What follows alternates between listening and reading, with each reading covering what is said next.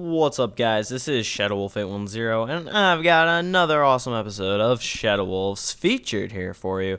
Today, we are looking at a sweet little Slayer map made by Rashad1595, and his map is called Hydrolosis. So, talk about some forging stuff. It's forged very nicely. Everything's nice and straight and lined up, and, good and cool and awesome. Any, insert good adjectives here. And the weapons, they are well placed, power weapons in the middle. There's, not an abundance of them, so it's going to score pretty well in that category. Spawns are good, you're not going to spawn in front of somebody's face or behind people or, whatever. So spawns are pretty good, and aesthetics are also very well done. They're going to get a great score, actually, because this whole map is actually built into like a cave sort of a deal, and it's kind of neat looking. I've never seen a map built where this one was built. So yeah, and the aesthetics, like the entire middle of the map is focused on it looking cool instead of bland floorness. So there you go, guys. Hopefully I tried to make the cinematic views over here longer so I could talk about the map for more time, but it seems to get a little bit repetitive, so let me know what you guys think about that. But overall, it's going to get a 17 out of 20 for forging quality. It's, really well forged. The weapons, well placed, but there may be some problems with it. Whatever. Spawns, same thing. You can't have perfect spawns. You can't have terrible ones. And aesthetics is going to get a 9 out of 10 because it was really well done. Like, the whole map is pretty much centered around aesthetical valueness. So, grand total of 40 out of 50. Now, we're going to be talking about a pretty controversial topic, so I want you guys to not yell at me in the comments if you differ on my opinion of this, but basically we're going to be talking about a commentary topic which was submitted by SamFX100, and he wants to know what takes more skill, Call of Duty or Halo. So let the rage flame war begin down in the comments, guys. So before I get into this anyway, I want to define a couple of things just so we all have the same definitions to go by. So skill is defined by dictionary.com as the ability coming from one's knowledge, practice, aptitude, etc. to do something well. And the second definition of it is competent excellence in performance, expertise, and dexterity. So, if we're going by that definition, we're also going to need to know what type of players we're looking at, because a lot of you are going to reference COD players sitting in corners or, doing all that sort of stuff, and Halo players are going to reference, people using armor locks. So, we're going to compare a Call of Duty player who's, running around helping their team, not using any questionable class setups, so, no overpowered guns or perks or blah, blah, blah, blah, blah.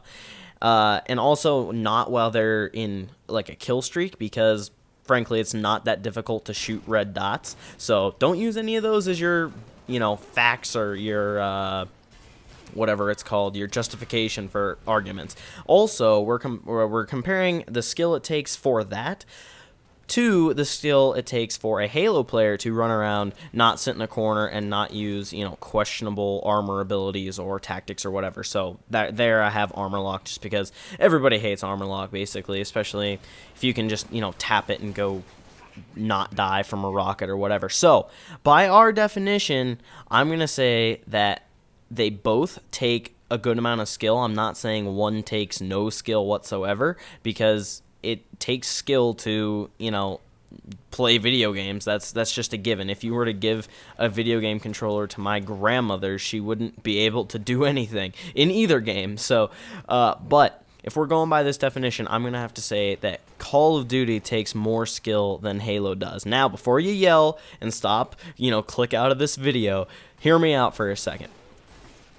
By our definition, it takes more skill. Now, of course, some of you don't like Call of Duty, some of you don't like Halo, so you're going to be going at it that way, but I'm going to try to look at this objectively as much as possible. So, first of all, Call of Duty, your character moves a lot faster. Now, what this means is that there's a lot more maneuverability, also with the whole laying down thing. There's a lot more different range of aiming at people. In Halo, basically you've got your standing up Spartan, your crouching Spartan, and your jumping Spartan, and anything in between that's basically your radius of where you can shoot. Now in Call of Duty, you've got fast moving people that can go, from left to right very quickly, whereas in Halo that doesn't really happen. And also you've got people who can, lay down basically instantly while you're shooting them, and to be able to counter that, you're going to have to be able to react a lot faster than you would in Halo, and that's just because in Call of Duty you move generally faster. Now, that means you're going to have to take less time to react to it to be successful.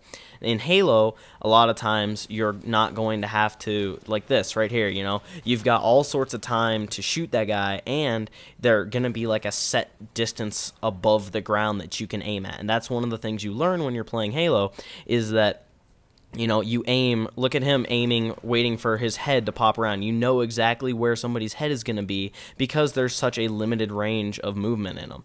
So that's my first thing. Also, you move, you aim a lot faster, and your reticle moves a lot faster in Call of Duty as compared to Halo. So 10 sensitivity on Halo is really only about 4 or maybe 5 on Call of Duty. Now, it doesn't mean that, really, really slow on Call of Duty is obviously really, really slow on Halo as well. The whole point of it is that Call of Duty is made for people to be able to move and aim and react to things faster because the game is faster in general. So you need to have the ability for good players to use a higher sensitivity because it's going to lead to more success for you. You're going to be able to follow people's movements a lot faster. You're going to be able to turn corners, check corners for random people sitting in it a lot faster than you would in Halo. And you're also going to be able to, adjust your aimer a lot faster, because if somebody drop shotted you in Halo, it's going to take a lot more time for you to compensate for that in Halo than it would for you in Call of Duty. So, because of the whole you move faster and everything happens faster in general, you need to be able to react faster, and you need that ability to have a higher sensitivity.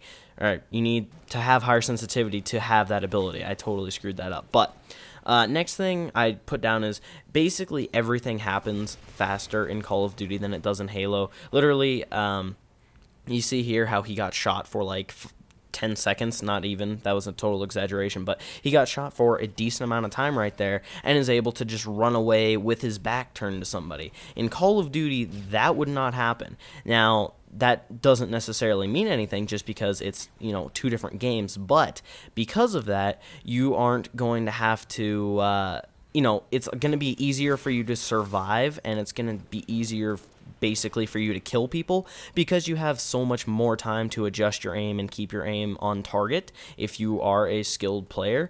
So basically it takes more skill to twitch on to somebody and aim instantly than it does to watch somebody for a while and aim. As you can see here, you would have died 4 times over in Call of Duty if if that were the case as to what you were watching right there. So because of how fast everything happens, you're going to have to be able to react a lot faster to it, and that means that you're going to need more skill to be able to actually accomplish that. So, next thing is that the majority of weapons in Halo are designed for close combat. Now, of course, you have your DMRs and your sniper rifles, but other than that, the majority of the weapons are geared toward close combat. I mean, most of the weapons you can't even aim.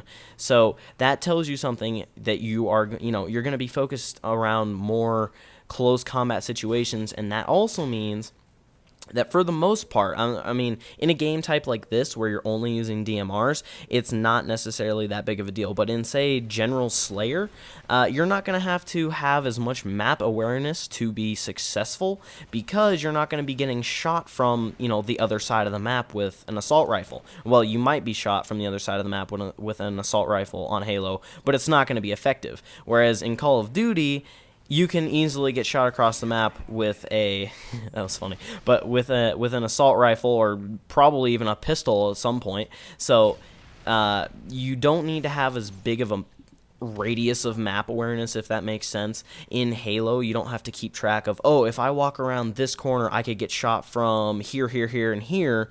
That's Call of Duty. Here on Halo, it's if I walk around this corner, I can basically be shot from anybody around this corner instead of on the other side of the map. It doesn't, that whole argument thing doesn't work all the time, but you get the idea. And also, when you're in Halo, because you have so much more time to react to stuff, and it takes so much longer for you to die, you can easily go back around a corner and, not die. Like, just look at this right here. He can just instantly go around that corner and totally change the way the fight happens because, you don't die instantly. If, say, that were Call of Duty, then you probably would have died right there. So the whole point I'm trying to make is it's going to take more skill for you to move around the map and not die over and over again in Call of Duty than it would in Halo because of everything I just said. So, next thing, let's see. Halo characters don't blend into the environment whatsoever. You've basically got, at least in matchmaking, you've got red and blue as your colors. And, well, okay, I take that back. There's other colors in matchmaking, but say in a normal Slayer game, you've got red and blue. Now, those don't match, they don't blend into the surroundings at all. So, you're going to have a lot less, visual prowess, I suppose, to pick out a target than you would in Call of Duty. Now, in Call of Duty, because, one, you die so quickly, you need to be able to identify targets as quickly as physically possible. In Halo, a lot of times, let's look at this. He's standing in front of him and not dying, That's the whole point, is that in Call of Duty, you're going to have to be able to react a lot faster to be successful. In this, you can, one, you don't die anywhere near as quickly and all that. So here, it's going to be really easy for you to pick out targets. In Call of Duty, it can be really difficult if somebody's in, say, a dark corner or they're laying down across the map, whatever. You have to react to it quicker, and you have to be able to, pick them out of a lot more difficult environment than you would in Call of Duty, or in Halo. In Halo! God, I about ruined my entire argument. Okay, guys, leave your comments, argue with me. I might argue back, I might not, but hopefully some of the things I made sense a little bit. Whatever. Hope you guys enjoyed. Leave a like rating if you did, and I'll see you later. Thank you. Goodbye. Alright guys, so real quick before I let you go here, there's going to be a link on the screen right now that you can click, and it will bring you to a video that will show you how you can vote for me in a contest where I could potentially win $5,000. So, if you've already voted, thank you so much. There was just an overwhelming amount of people who instantly voted as soon as I put up that video, but in case you missed that video, go ahead and click the click here to vote for me thing. It will bring you to a video, and that'll show you exactly how you can vote. It really takes all you need is a Facebook account and 2 minutes of free time, basically. So if you would do that for me, I would very much appreciate it, and I might send one of you $1 or something. I'm kidding, but I would really appreciate it. And other than that, thank you for watching. I'll see you later. Goodbye.